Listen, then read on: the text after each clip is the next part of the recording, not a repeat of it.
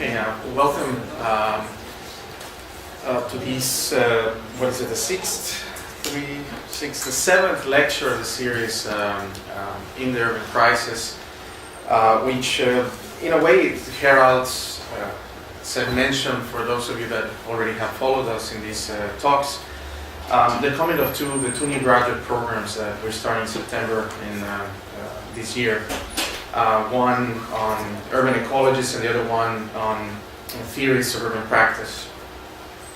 I think that this setting mirrors more the intention that, or the direction that we're trying to give to the programs, which is addressing perhaps for the first time in one full program the conditions of urbanization that are not normally addressed by the majority of academic curricular structures, which is basically looking critically at the production of the other city or the byproducts of capitalism and how they are, in a way, produced, reproduced, thought of, resisted, etc. Within the series, we've had numerous wonderful speakers, and today it's not an exception. I'm extremely pleased and honored to present today Erik Swinkedal. Those of you that don't know his work, he's a current professor in Manchester, geographer by discipline, but I would say much more than just a geographer.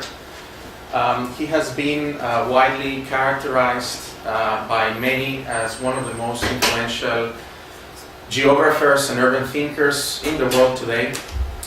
His work spans from environmental practice and his issues on water, which he has become pretty much an authority or the authority in water politics, all the way into activist engagement with different urban groups and urban practices all over the world.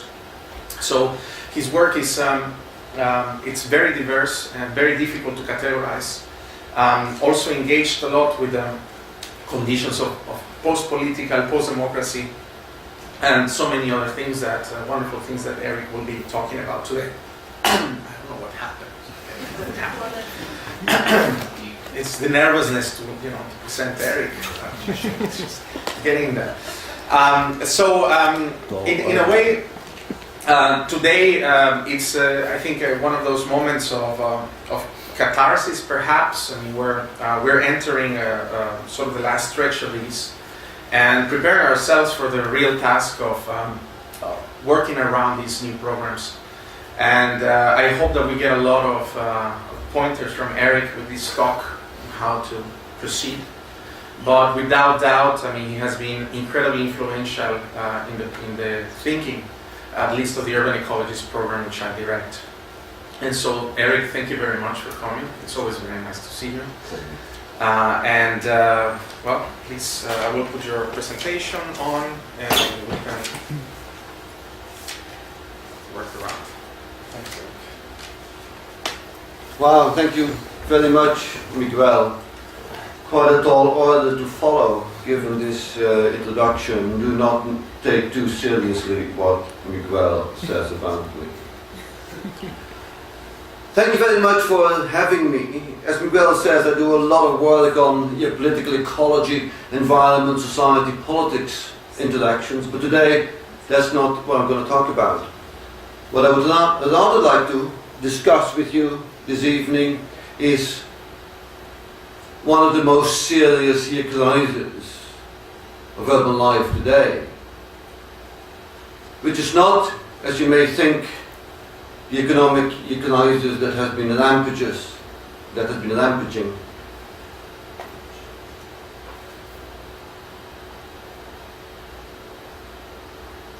Where do I get it going? Down there.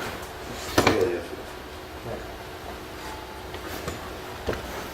That is the economic crisis, but rather one that has been subterraneanly brewing, fermenting away. Has been fermenting away since at least 89, 90. That is the sort of watershed moment that I would identify. is the moment that we won. It's a time that when Fukuyama said that history would be over, remember, we won. After 1989, democracy would be ours. We won. And those who would not fall in our democratic line would be bombed back to the Stone Age. Look at Baghdad or Kabul. I'm going to argue that democracy hasn't fared very well over the past 20 years or so. And that has been specifically noticeable in this extraordinary socio-spatial constellation that we always have and hopefully will. What am I doing?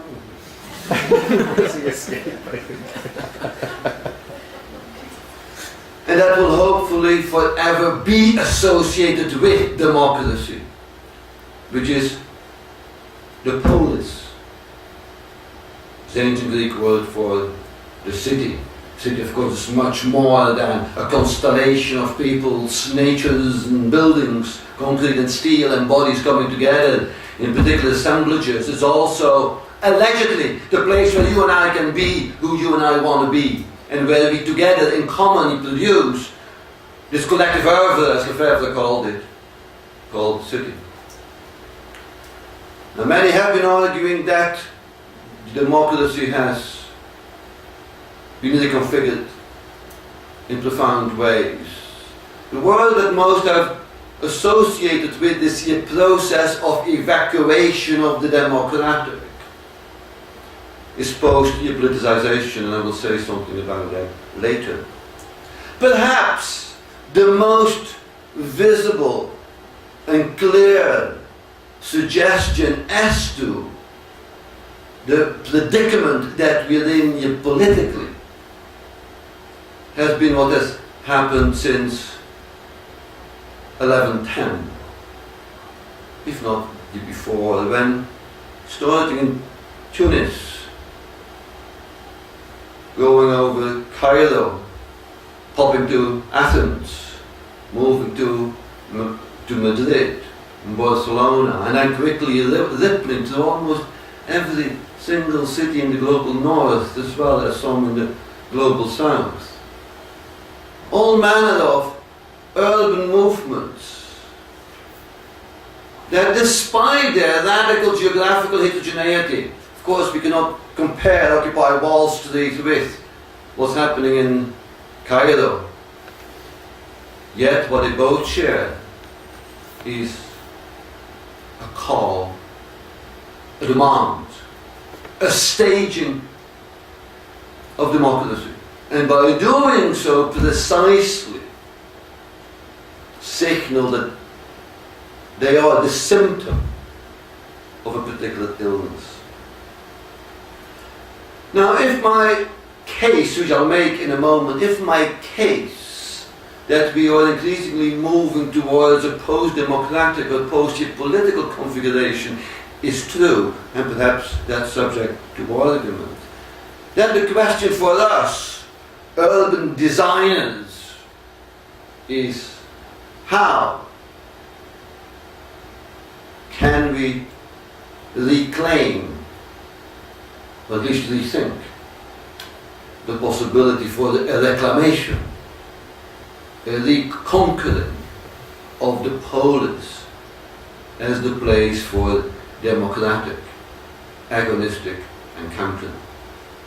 That, in a nutshell, is what I would like to talk about. We can get to the next one. Yep.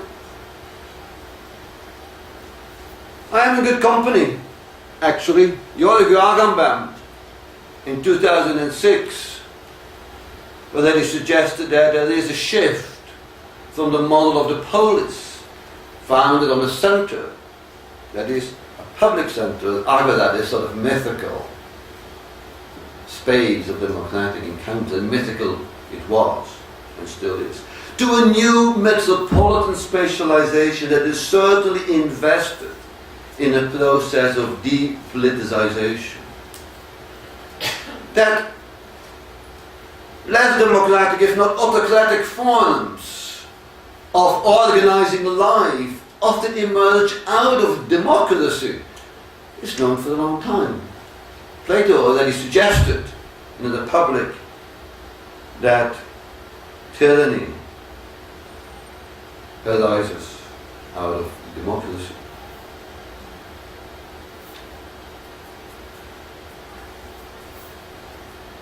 The process of depoliticization, strangely enough, operates through a strange, a not obscure return to Marx.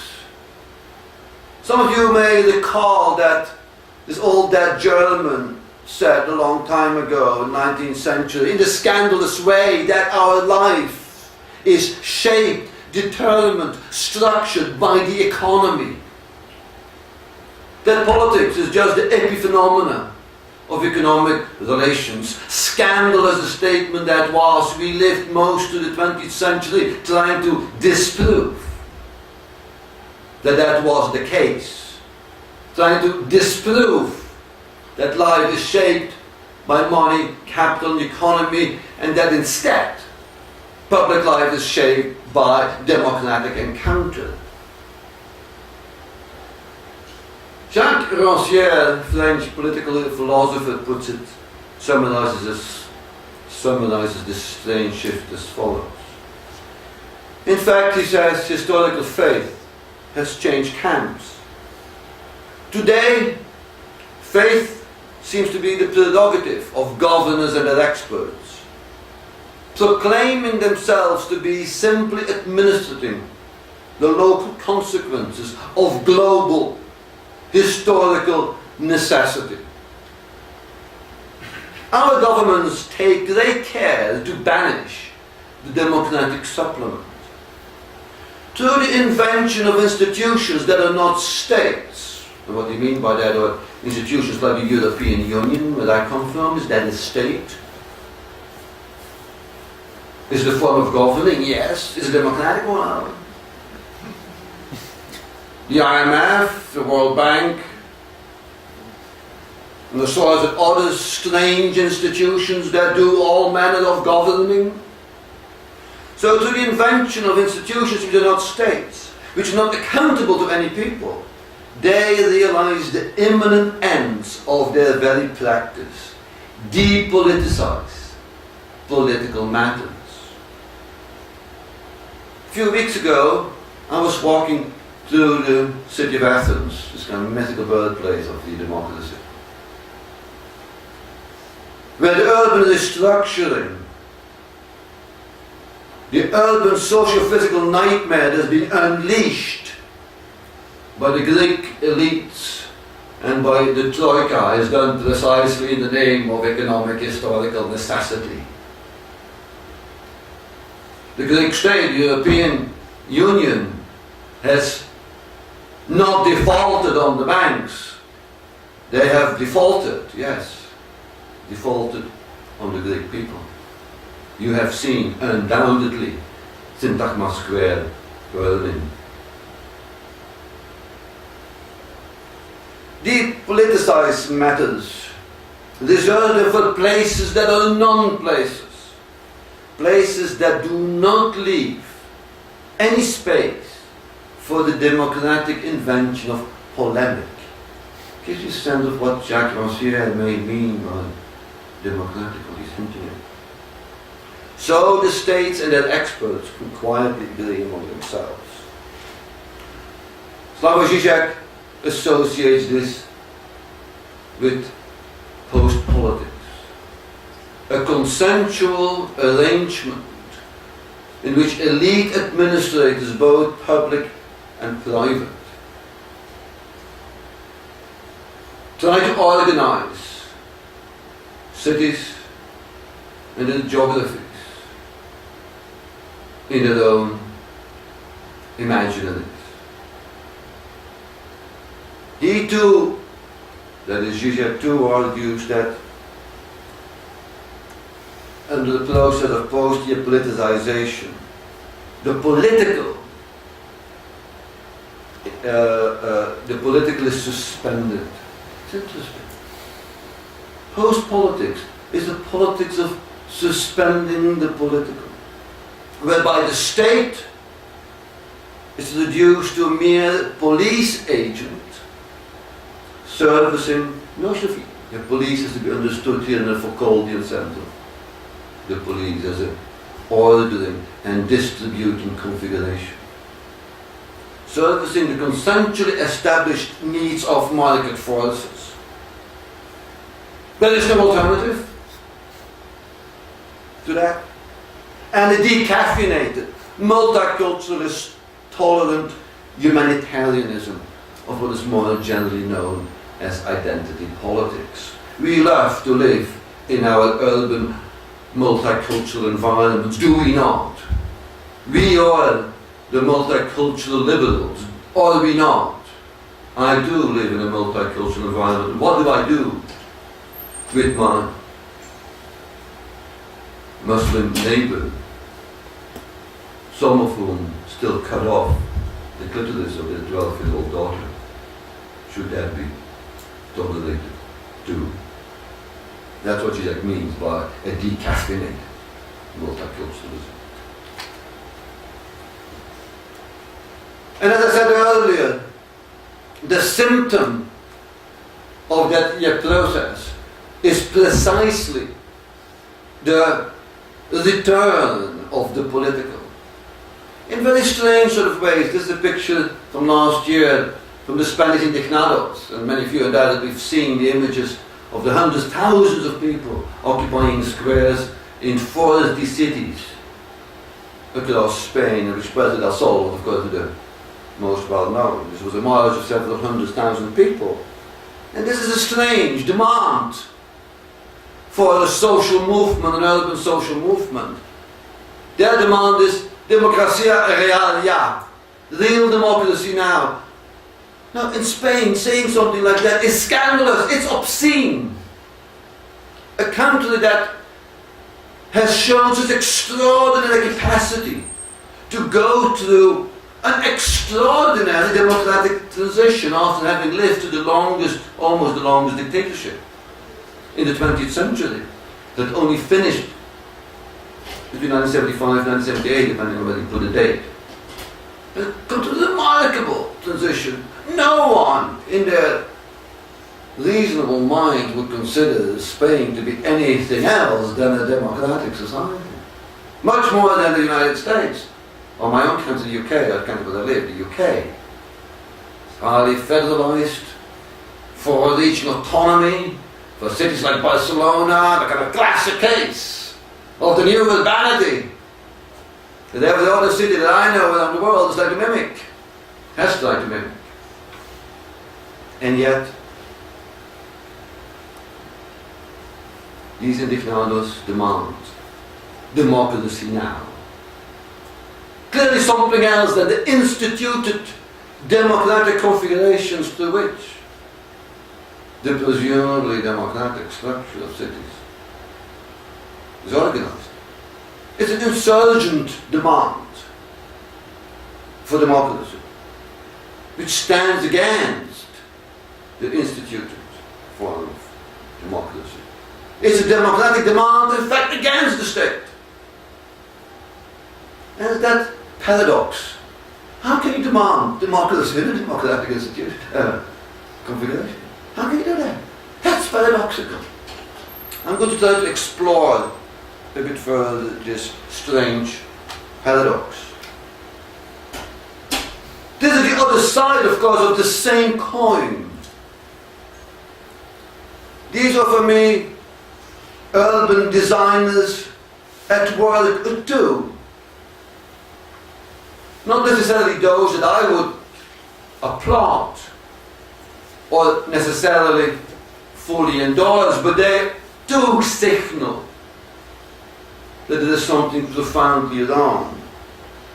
This is just one of the many images I could have chosen from the daily urban conflict and struggles, insurrections taking place in Athens, in the aftermath of one of the most ferocious forms of urban restructuring through austerity that any city or country in the global north has ever experienced. And I really like the slogan that some of the activists put on the walls: happy crisis and merry fear. And this is an image of my neighbourhood, just around the corner from where I live and where my colleague lives. Pictures from this summer, last summer, in Manchester, London, and Liverpool were burning. Again, symptoms of a deep malaise in the structure, organisation of our cities. Some, of course, take a much more outspoken and clearly political form, such as the Indignado and various Occupy movements. So let's interrogate this post-democratic or post-political configuration a bit, and think it through in light of the proliferating and all urban struggles and tactics to reclaim equality. Because that's what all these movements share. They operate under the banner of equality. I'm going to do it through 4 points. First of all, I'll summarize briefly what I and others mean by the process of post-politicization as it has unfolded over the past 2 decades or so. I'll then go on to argue that in order to make sense of this, we might want to delve in some recent theoretical arguments about the nature of the political and how the political might be something rather different from the everyday policy making, the tactics, strategies, rituals of individuals and organizations within institutions like local governments, cities, regions, states, through which decisions are made. Kind of thing that we call politics. We're going to try to account for this process of post-politicization by teasing out the difference between politics and the political.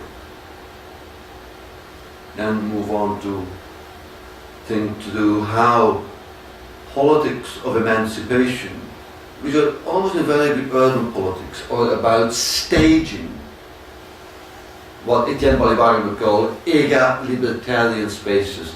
Ega-libertarian is a kind of French way of bringing together equality and freedom, the great signifiers of the democratic. To conclude by coming back to us, urban intellectuals, urban designers in charge, what for me are some key issues that urgently need to be thought if we take our role and position as urban intellectuals seriously.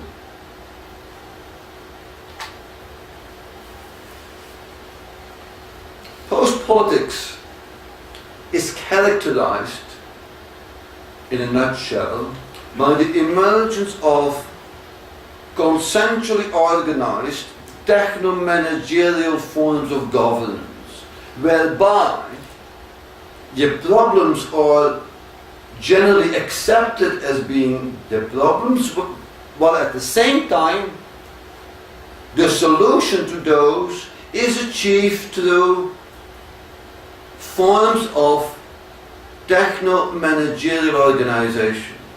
Let me give you an example of that. Climate change.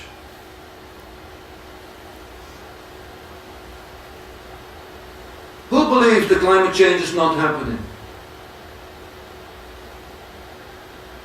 Who believes that climate change is not posing a clear and present danger for many parts of the world.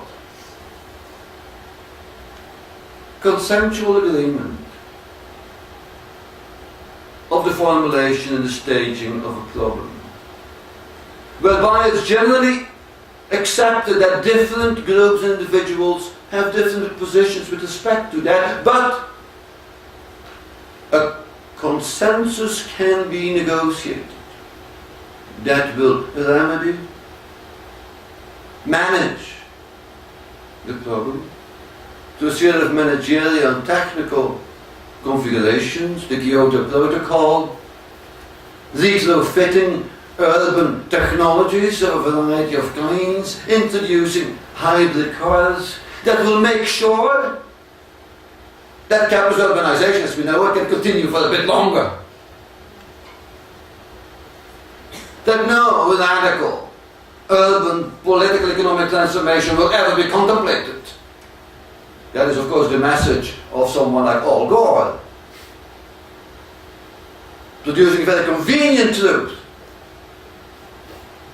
If you do not change now, and we can, civilization as we know it will come to a premature end. That's precisely what I hope will happen. The deeply inegalitarian, unsustainable and undemocratic configuration will come to a real early end. So, gives you a sense of what post-political consensual management is all about. It's characterized by a series of things. There is the discursive formulation of this permanent state of emergency.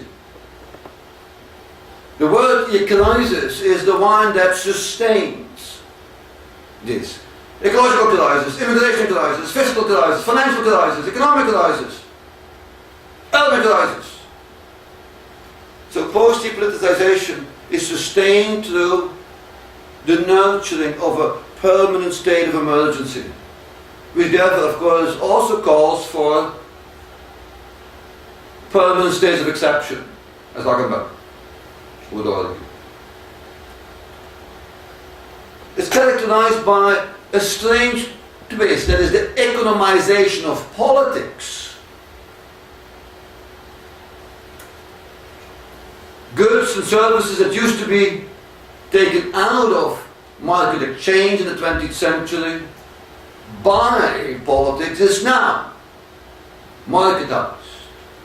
Public services are assessed. I, as an academic in the UK, am assessed on economic criteria. That is the economization of politics. On the one hand, while at the same time the economic is depoliticized. That is, there's no contestation possible over what? The social form of production and distribution of goods and services is. Profit-based, neoliberal, capitalist form is the only one possible. Alternative could not even be imagined any longer. It's structured to a continuous invocation of expert management. An expert management that is sustained through the mobilization of a populist rhetoric, whereby consensual policies are legitimized in the name of the people, while these very same people show less and less interest in active participation in political life. Forms of governance take increasingly autocratic forms. That is what is usually called public-private partnerships. Yes. Urban redevelopment should take place through public-private partnerships. Now, if you analyze those in terms of the democratic content, they are radically deficient. Fundamentally so. Anyone who's ever done a one-on-one introductory course in democratic politics will know that participatory governance subverts every basic rule of democratic function.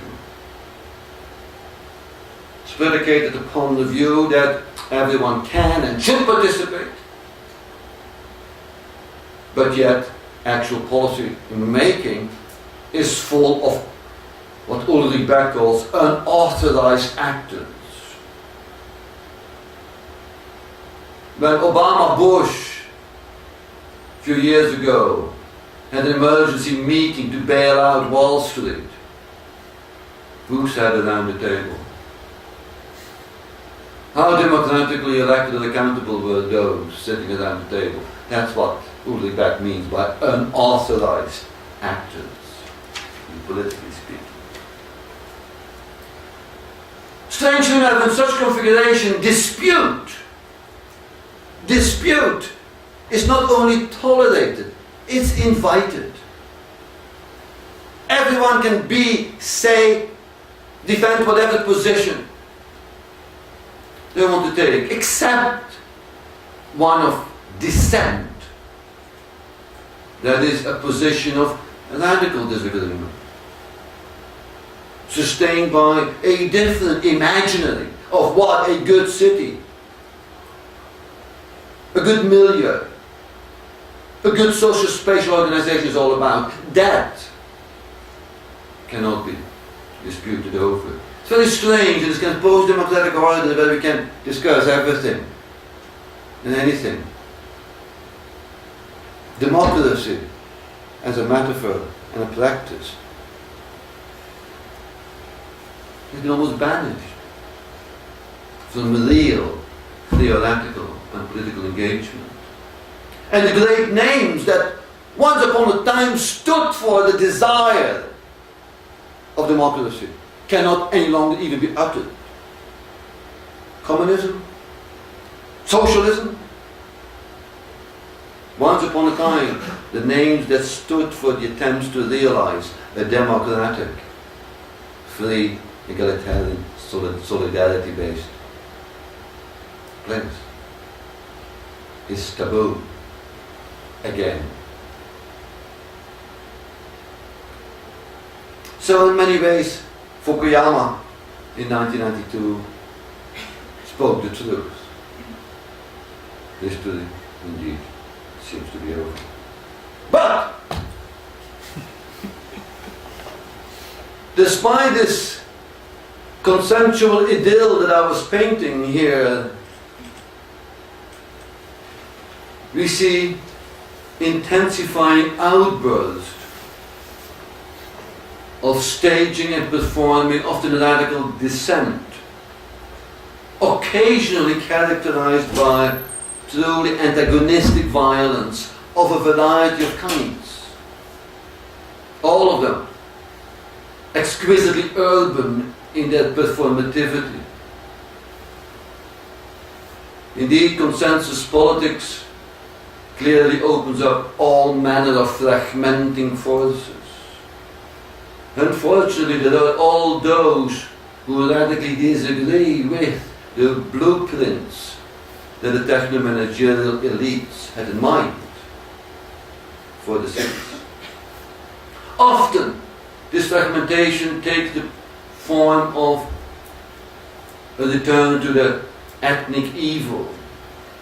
Remember last year in Oslo? When the name of the ethnic evil, 96 people were murdered. It started, these outbursts of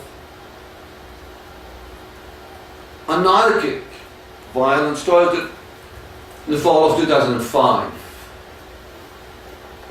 in the suburbs of the big French cities, Paris, Lyon. You no doubt have seen them burn. Remember what Sarkozy called these people? Sarkozy was at the time not yet president of France. He was at the time Minister of the Interior. The word he used to name those people was racaille, translated to English as scum. This word has now become common currency. Cameron Prime Minister of the UK called the rioters in my city scum. Papandreou, the Socialist Prime Minister, called the rioters on Syntagma Square scum. The old Greek word for scum is oklos, rabble, which stands in opposition to that other word, demos, which stands for the citizen. That is, those who are entitled to speak, those who have a voice. The oklos are those who are not entitled to speak, whose utterances, as Jacques Rancière would argue, is only registered as noise, but not as voice. Alain Badiou argues that the proliferation of these uprisings, and many, most in fact are not, do not take the form of urban violence, they take the form of really staging egalitarian practices, as exemplified by the people on Tahrir Square at Puerta del Sol, at Paternoster Square in London. Alain Badiou, French philosopher, calls that a return of the passion for the real, of the political, under the banner of equality. For him, those movements, at least potentially, will not yet there, not by a long way, for him, may open the reawakening of history. That's the title of a book he recently published in French, Le Réveil de l'Histoire. And of course, you can hear the echo of Fukuyama in that argument.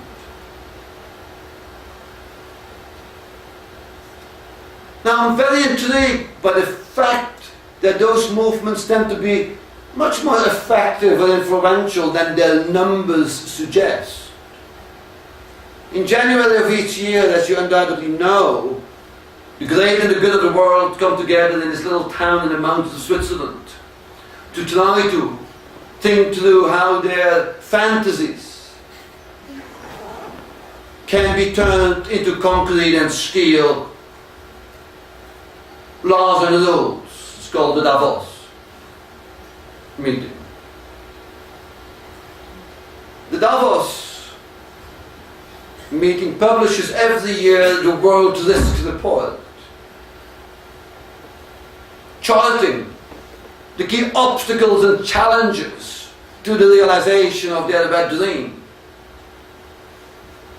of what for them is a good world and a good city.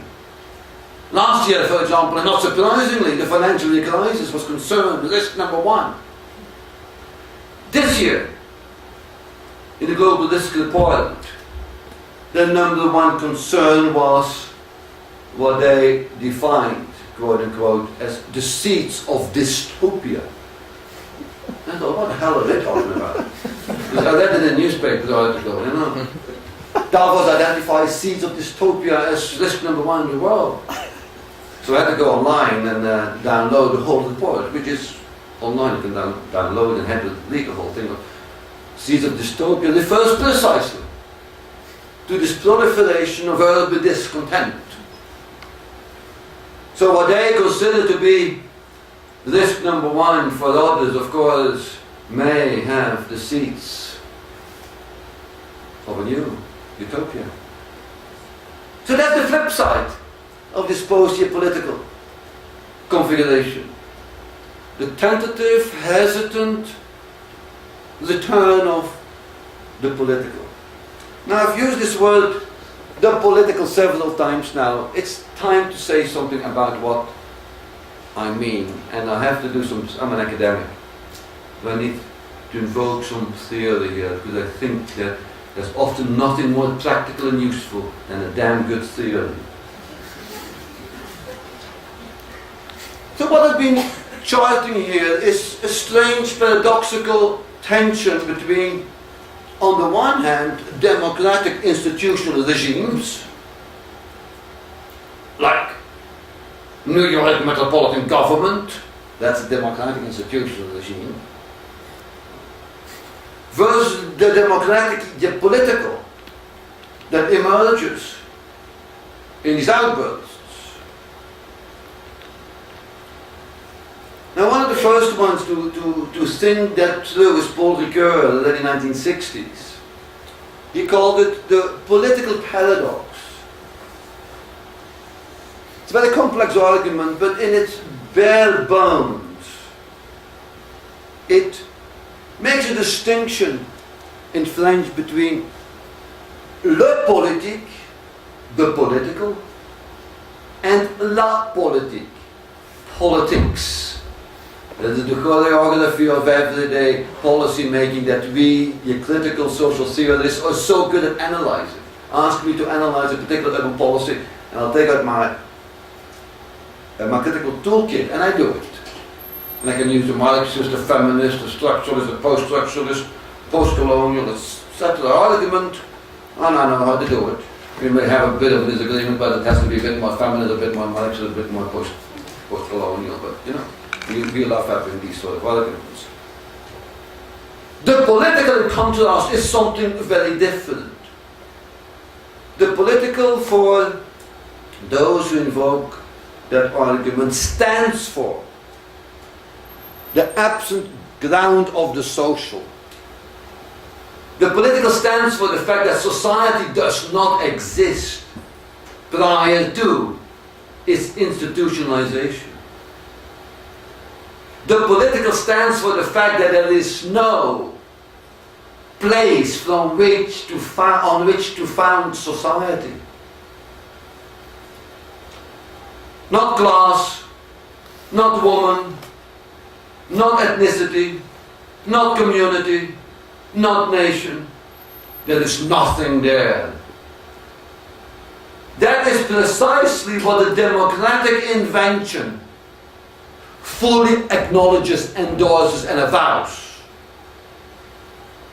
The democratic invention, and we can argue when that was contingently invented. We can go back to ancient Greeks, or we can situate it for the global north sometime in the 16th century. Don't want to argue over that now. What we can, I believe, agree with is that the democratic invention, as a contingent, historical, emergent, fully avowed that we radically disagree. That there is a radical heterogeneity that cuts through the social, which guarantees that society does not exist, yet prior to the procedures and mechanisms through which society becomes instituted.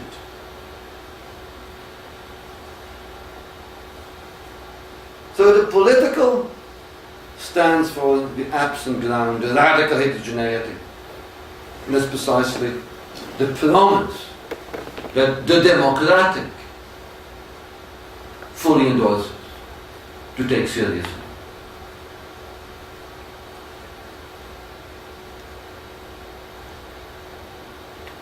There are three theoretical lineages to explore that political paradox, which I'm not going to go in right now, but for those who are interested in teasing out the intellectual lineages of that argument, that is the Heideggerian, the post-Heideggerian, the legacy by people like Lacoue-Labarthe, Jean-Luc Nancy, Jacques Derrida. I reject that perspective, because it's an attempt to rethink the political theoretically, philosophically. I think there are other ways. I'll come to those in a moment. The second perspective is the Lacanian, whereby the political is precisely that what escapes symbolization. What Lacanians would identify as the real. That what cannot be symbolized, that cannot be incorporated within the symbolic or within the law, within the instituted forms. I find it quite interesting, useful perspective. So these outbursts are nothing else than the return of the real of the political. Their demands can in fact not be incorporated within the symbolic order of the law, hence the continuous demands of the elites towards those protesters, saying, what do you want? What do you want? It is precisely because what they want, that is real democracy now, cannot possibly be instituted in the existing elite configuration. That is what turns them into proper political movements, in contrast to the old-fashioned and totally redundant now urban social movements that many of us have been so familiar with in the 1980s and 1990s. Today, the movements that we see are not social movements, they are political movements. The elites try to push them back into being social movements. What do you want? More housing? A bit more taxes for the rich? Better climate? More leisure? Well, sit down, we'll talk about it. I'm sure we can come up with some sort of arrangement. The third perspective is a post-Marxist perspective, primarily explored by people like Jacques Rancière and Alain Badiou, who make the interesting point that the return of the political cannot be thought, does not reside in philosophy or theory as the Heideggerians would have it, but resides in engaging in the political act. It's the act itself that signals the return of the political.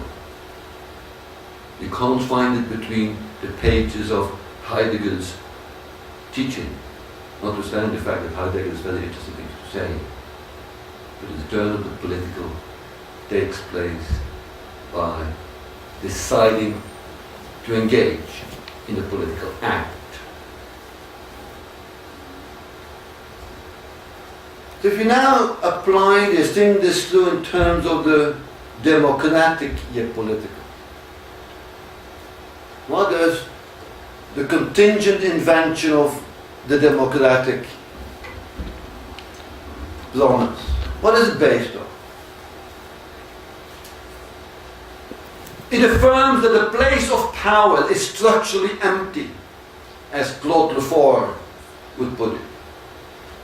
Place of power is structurally empty, or in other words, everyone can claim the place of power temporarily within a democratic configuration.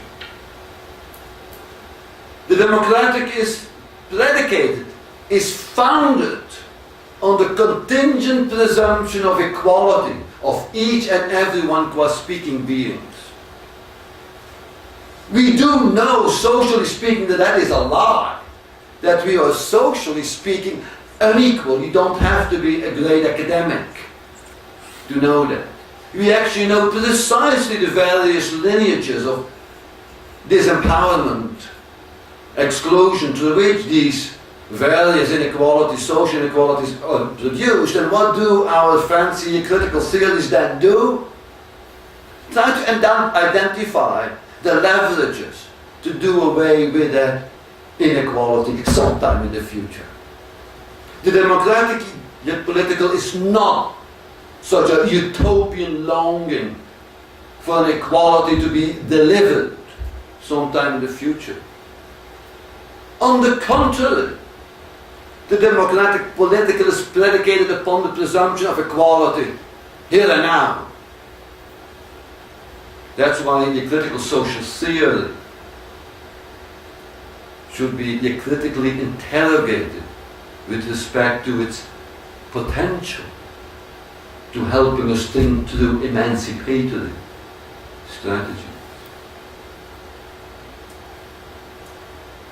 The democratic yet political affirms society's absent yet ground, precisely by avowing that we radically disagree as to what constitutes our dreams, our fantasies, of what a good city, a good environment,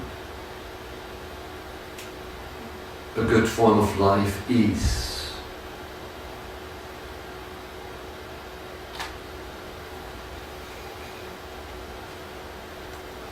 Now clearly there's a tension here between everyday post-democratic forms of policy making and the political as I explored it. Now there is, so some argue, and I do agree with them, there is a tendency too of the space of the political, that is the space for the enunciation of this radical difference and the affirmation of equality as promised by the democratic, the political. There's a tendency of that space to be suited, colonized by politics to such an extent that you and I for a long time have equated democracy with institutional forms of management, have forgotten to think through what the democratic precisely is. To put it philosophically, it's the colonization of the ontological by the ontic. This is abundantly clear if you look at the scandal, as Jacques Rancière calls it, the scandal of instituted democracy, of which we know that in a variety of ways instituted democracy wrongs equality. There's all manner of unequal facts, that's well known. So any kind of policy, any kind of intervention suspends, colonizes, suitors the democratic. And that dialectic has to be fully avowed and worked through. That is precisely the process of depoliticization, which can take a variety of forms. I'm not going to go through right now. Post-politicization, what I started off with, is the present, as the past 2 decades, form of depoliticization. That is, of disavowing the radical heterogeneity and antagonism that cuts through the social, trying to colonize them through consensual techno-managerial arrangements. We've seen historically other forms of depoliticization. One of the extreme forms is fascism. Other forms are communitarianism. Yeah? A form of archive politics. Once upon a time, you find it a lot of people who work in the global south with peasants. Once upon a time, these peasants were great societies, coherent, cohesive, sustainable, egalitarian. Then capitalism, modernity, etc. came along and fucked it up, turning them into all sorts of regressive processes of gender inequality, class relations, economic domination, exploitation, of which the policy answer then is, let's go back, let's try to reclaim that what was lost, the authenticity that was once there. That's a form of depoliticization too.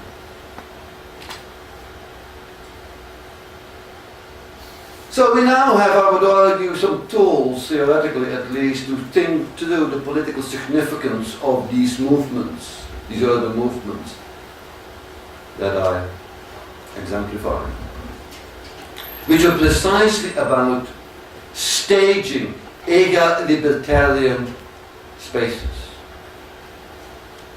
performatively, precisely articulating through their practices freedom, equality, and solidarity. To the material organization of those new spaces of democracy, as it were, interrupting. And it is recognized as an interruption of the existing order. So from that perspective, the political appears to us as a retroactively revealed moment of eruption. An event that opens up a procedure that disrupts any given social spatial order. So the political is an event of interruption in the existing state of the situation. It's a procedure that disrupts any given order, one that addresses a wrong in the name of an axiomatic and presumed equality of each and every one, the democratic presumption. This wrong is a condition in which the presumption of equality is perverted through the institution of an oligarchic police order, the instituted forms. So the political arises then in the act of performatively staging equality. A procedure that in its performativity makes visible the wrong of the given situation. It is therefore precisely a deeply spatial event.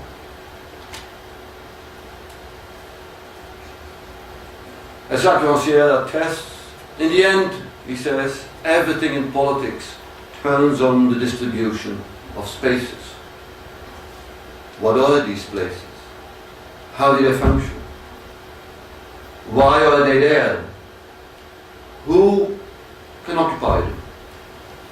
For me, Rancière argues, the political action always acts upon the social as the litigious, the polemical distribution of places and roles. It's always a matter of knowing who is qualified to say what a particular place is and what is done to it. So the space of the political is to disturb the police politics arrangement by supplementing it with a part of no part, identified with the community as a whole. We are the 99, it's precisely that. We are the people, we the few, who stand in metaphorically for the many. And I put down some examples. So these forms of insurgent democracy operate always, as Badiou would argue, at a distance from the state. Democratization is not something that operates within the state, but at a distance from the state, as Abelsur argues it. It's at a distance from it. It's democracy against the state. These insurgent democratic events are always specific, concrete, particular. That's why they take the very heterogeneous and geographically highly distinct forms. Tahrir Square is not Bertha del Sol, it's not St. Akmal Square, it's not Paternoster Square. But they stand for the metaphorical condensation of the universal. That is the names of freedom, equality and solidarity. It revolves under tropes of emergence, insurrection, spatializing equality, performative acting, and foregrounding the political as a located intervention and interruption. Such interruptions are always characterized by a certain intensity, a localization, and extension that aspires to touch the many.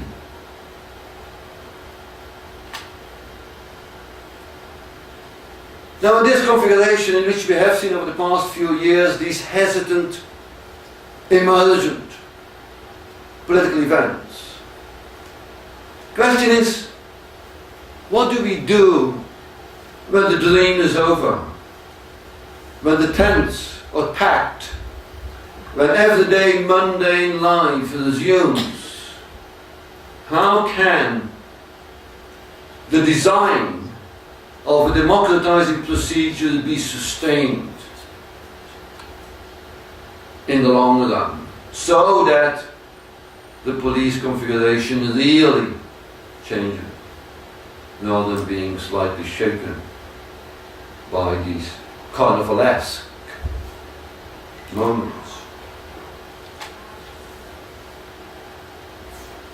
And I think for us, urban intellectuals, there are a number of things we might want to think about. No one has the answer. Many of us wished they had. What is here clear is that if we really want to think through emancipatory social-spatial transformation for the 21st century, we really have a lot of hard thinking to do, along with the many forms of insurgent action that we see. So by way of conclusion, I want to just throw out a few thoughts of what we might want to think about. I want to start off by saying what I believe we should not do.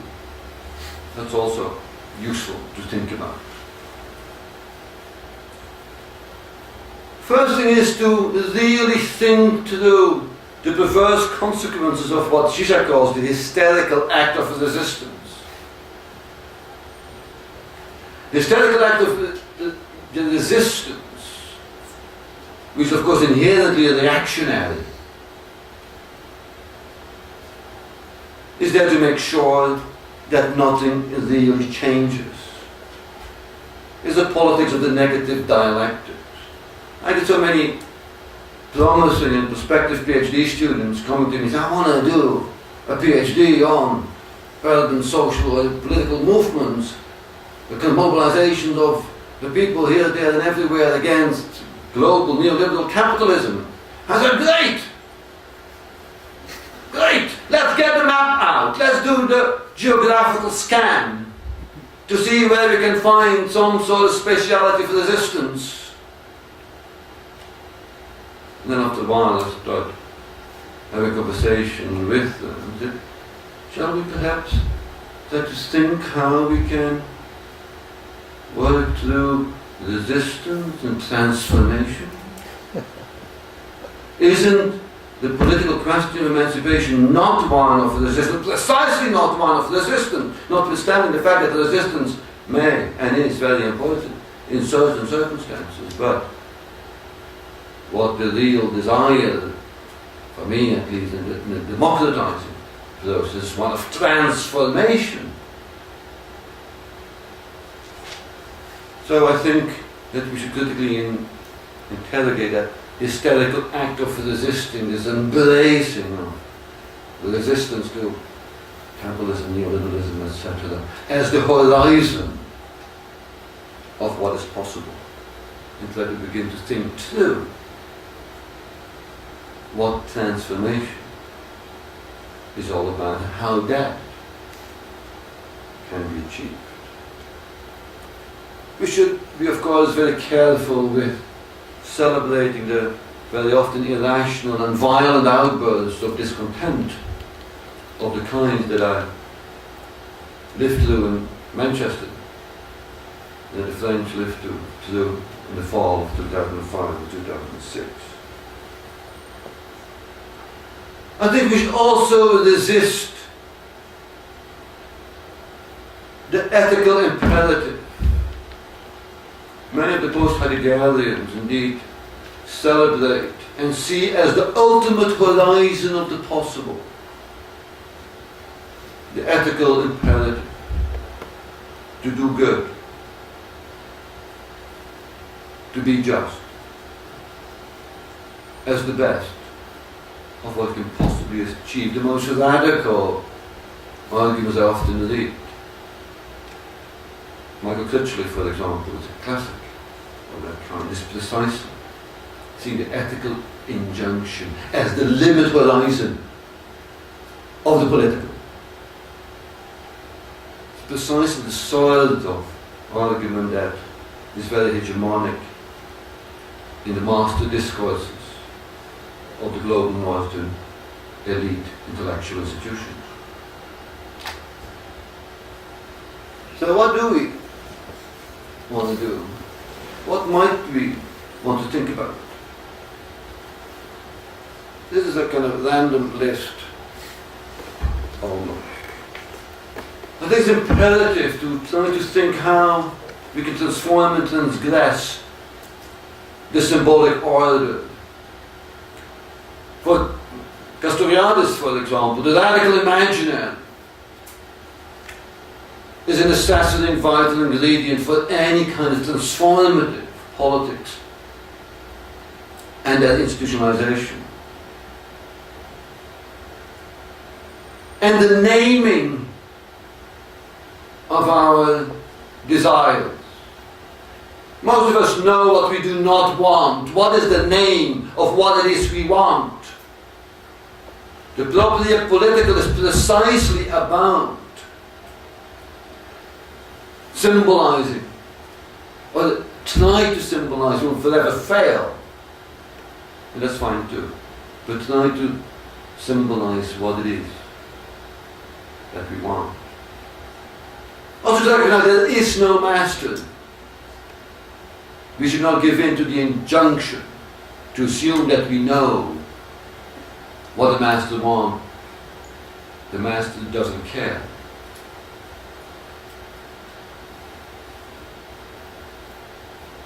I also think we might want to interrogate an assumption that we have failed to interrogate for a long time. That is the assumption that your critical social theory matters yet politically.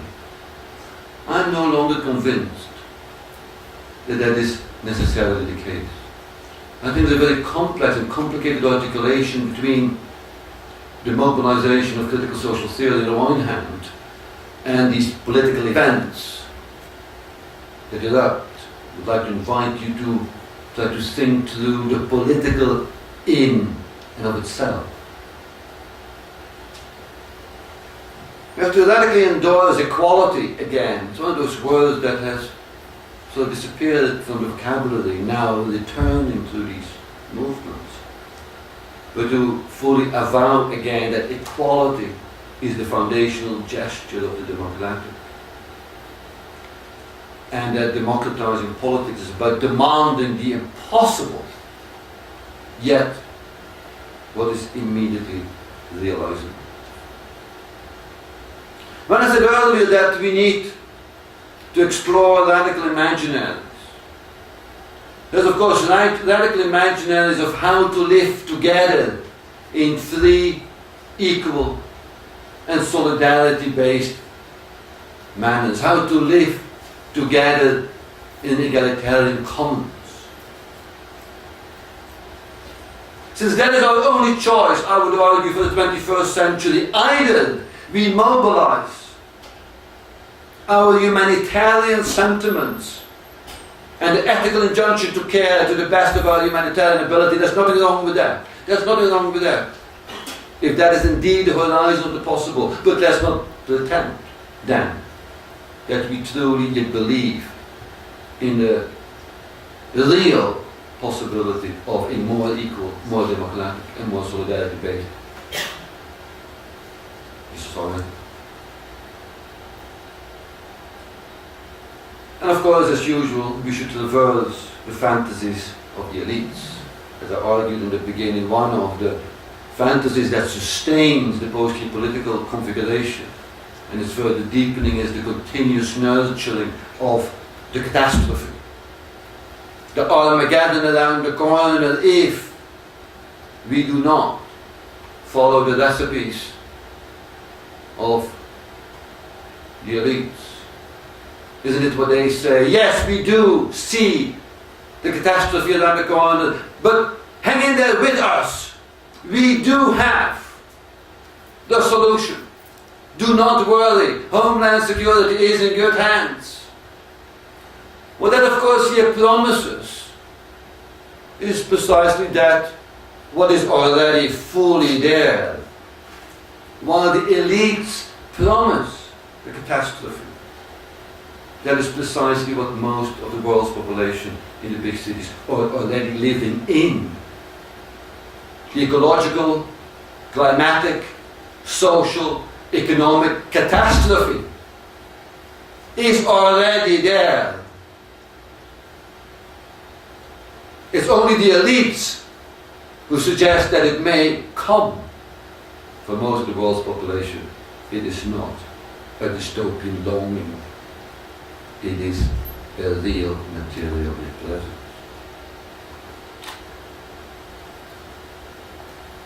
So I think thinking through these things requires some courage of a certain sort. What I call the courage of the urban intellectual. For those who are concerned with questions of design, the procedures of transforming things, places, relations, conditions. We do have to dare to go where perhaps we haven't had the courage to go to for a while. A number of things here that, by way of conclusion, I want to suggest. Slavoj Žižek, of course, often invokes the figure of Bolshevik, the character in the Melville novel, who occasionally, not always, but just occasionally, when his boss here in New York, very kind, nice lawyer, law office, asked him something. He usually does his job very, very well. Occasionally, he says, I prefer not. I prefer not. That's deeply unsettling for power. And so perhaps we should occasionally say, I prefer not, in the face of what a master invites us to do. We should really think through how we can recenter the urban as a democratic political field of dispute, of disagreement, that widens and deepens the specialities for staging the part of those who have no part. I like the slogan of the French sans-papiers, the undocumented immigrants, when in the most here politicized way they say, we are here, therefore we are from here, therefore we are part of the Republic. That is precisely the metaphorical, and through their geographical spatial practices, they stage equality. It's about, as Etienne Balibar would argue, demanding égalité. A refusal to observe the place allocated by the police to people and to things as the precondition for the transformative politics. That is working through the creativity of opposition and dissensus. And we know that dissensus and opposition fosters and nurtures creativity. That's what Richard Florida keeps on telling us about. The nature of capitalism. Why not extend that to the spheres of everyday life, love, culture, and everyday urban encounters? Cities ought to be places that can accommodate difference and disorder. What happened to visionary thinking of urban practices? Urban utopias have been relegated with modernity to the dustbin of history. Isn't it time to rethink them again? Or just give up talking about the belief that a different urban design is really possible? It's also about rethinking and repracticing what Henri Lefebvre 40 odd years ago called the right to the city. That was in 1968, when for him equality, freedom and solidarity revolved squarely around the right to the city. The right to the city as centrality. 40 years later we know that the city has become truly unbounded. That urbanization has taken over the confines of the city that we're living in, what he, Lefebvre, later called planetary urbanization. And of course, in parallel to that, we should not perhaps any longer think of democracy and power in terms of the right to the city, in terms of the right to the production of urbanization. Urbanization that extends indeed from Times Square to the remotest corners of the globe. I checked earlier where this shirt came from. Not surprisingly, it's from China, stitched together by nimble, undoubtedly female fingers, somewhere in Guangdong. And most importantly, the question is, can the democratic, self-governed urban, because that's the promise of democracy too, isn't it? The affirmation of the capacity of each and all to govern. Not just to vote, to govern the commons together with others. Can the democratic, self-governed urban, as a collective urban, I mean the urban is of course a collective word, can that still be thought for the 21st century? Do we really have the courage to think that possibility again? In other words, can a properly democratic, common urbanity still be thought and still be practiced? I do hope that the master programs that will start next year will precisely begin to explore these issues. I thank you very much.